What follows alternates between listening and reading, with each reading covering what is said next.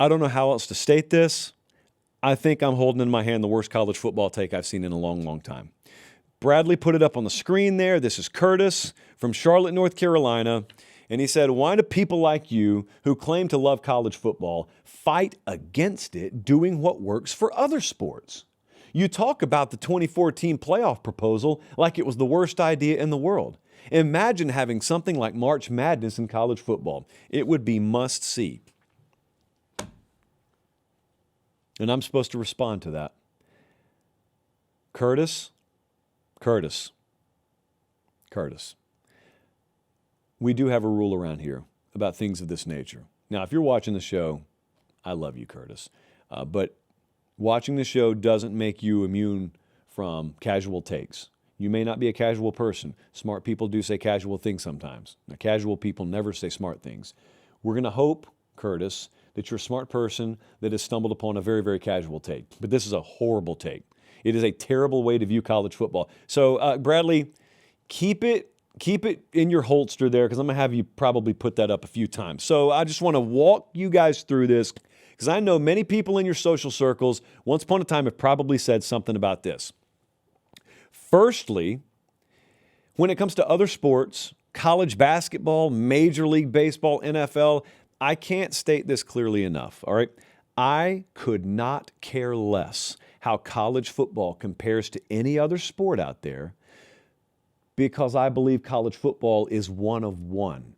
Therefore, it is always an apples to oranges comparison, no matter if it's even the NFL you're comparing college football to. But if you are, for lack of a better term, in the headspace to make an argument as dumb as comparing college basketball to college football, well, then I want to ask, what do you mean? What works? What works? Bradley, throw it up one more time. Did you notice what he said here? He said, why are you fighting against college football doing what works for other sports? Well, what works for them? What works for other sports? He said, what works for other sports? Now, I need to ask you, Curtis, because all you're talking about is my playoff thoughts here.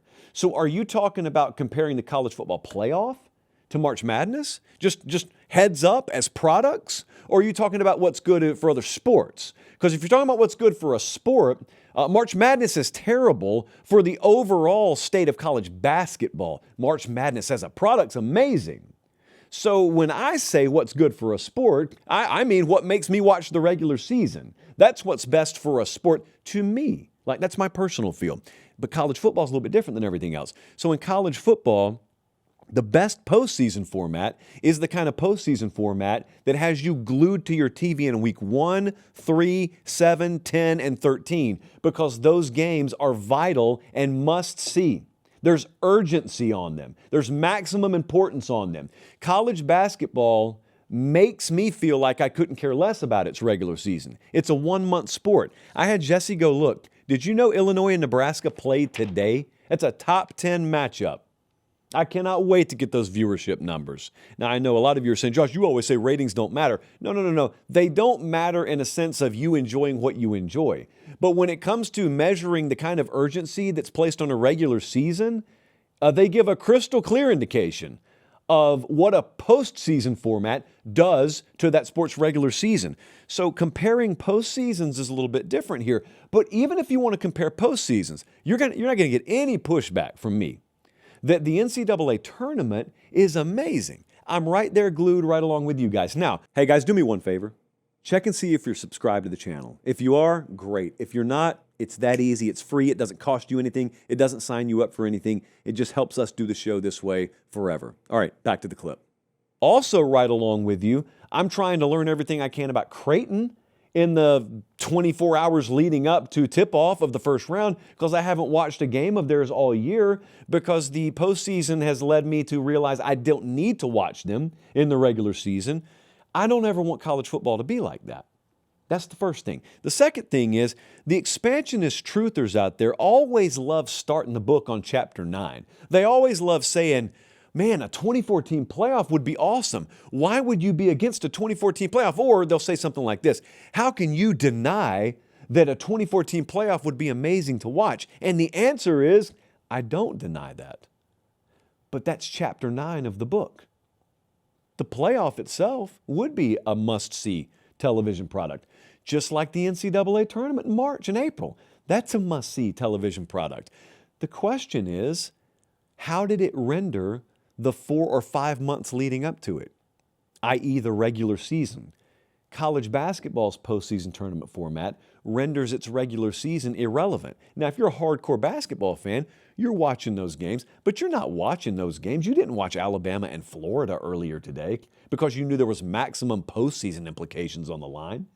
You didn't watch that game knowing, man, if someone loses this thing, they are out of wiggle room. There's so much urgency on this thing. You watched it because you love basketball, which is cool.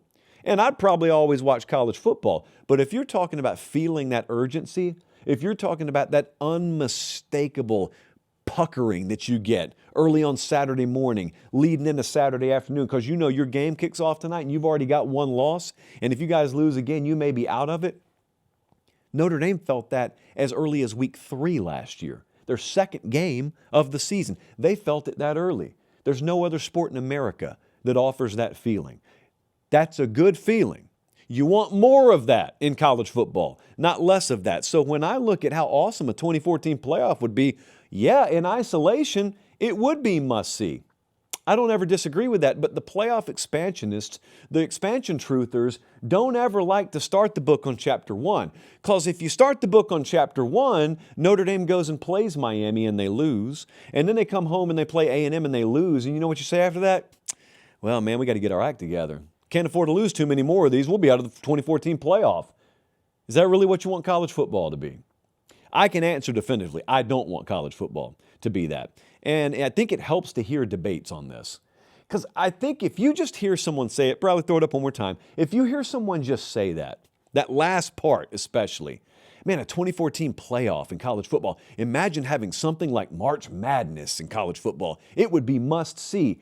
That's the kind of bumper sticker logic that if it's not held up to tighter scrutiny, if you don't have to walk it through to its logical conclusion, sort of makes you go, man, that kind of sounds okay. It does. It does. Ice cream for dinner every night. Sounds good. Sounds good. Now, upon further inspection, you will be the face of type 2 diabetes within the month. So it sounds good, but it doesn't work. And in college football, that may sound good, but then the adults have to walk in the room and say, no, that's not going to work. But here's the problem in college football. Some of the adults in the room are actually the ones pushing the 2014 playoff. And that is why we cannot cut this microphone off anytime soon.